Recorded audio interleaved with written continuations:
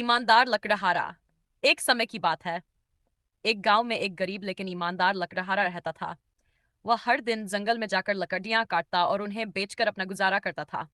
एक दिन वह नदी के किनारे एक पेड़ काट रहा था। अचानक उसका कुल्हाड़ी हाथ से छूटकर नदी में गिर गई।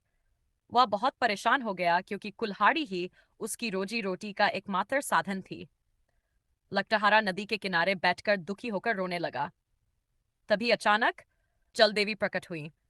उन्होंने लकड़हारे से पूछा, तुम क्यों रो रहे हो? लकड़हारे ने ईमानदारी से बताया, मेरी कुल्हाड़ी नदी में गिर गई है। वह मेरी रोजी रोटी का एकमात्र साधन थी। देवी मुस्कुराई और नदी में जाकर एक सोने की कुल्हाड़ी निकाली। उन्होंने लकड़हारे से पूछा, क्या ये तुम्हारी कुल्हाड़ी है? लकड़हारे ने ईमानदारी से जवाब दिया, नहीं देवी, यह मेरी कुल्हाड़ी नहीं है। इसके बाद देवी ने नदी में जाकर एक चांदी की कुल्हाड़ी निकाली और पूछा, क्या यह तुम्हारी कुल्हाड़ी है? लकड़हारे ने फिर से सिर हिलाकर कहा, नहीं देवी, यह भी मेरी कुल्हाड़ी नहीं है।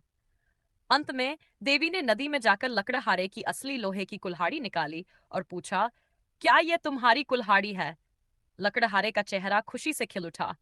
उसने तुरंत कहा, हाँ देवी, यही मेरी कुल्हाड़ी है। देवी उसकी ईमानदारी से प्रसन्न हुई और उसे इनाम स्वरूप सोने, चांदी और लोहे तीनों कुल्हाड़ियां दे दी। लकड़हारा बहुत खुश हुआ और देवी को धन्यवाद देकर अपने घर चला गया। इस कहानी से हमें यह शिक्षा मिलती है कि ईमानदारी का हमेशा इनाम मिलता है।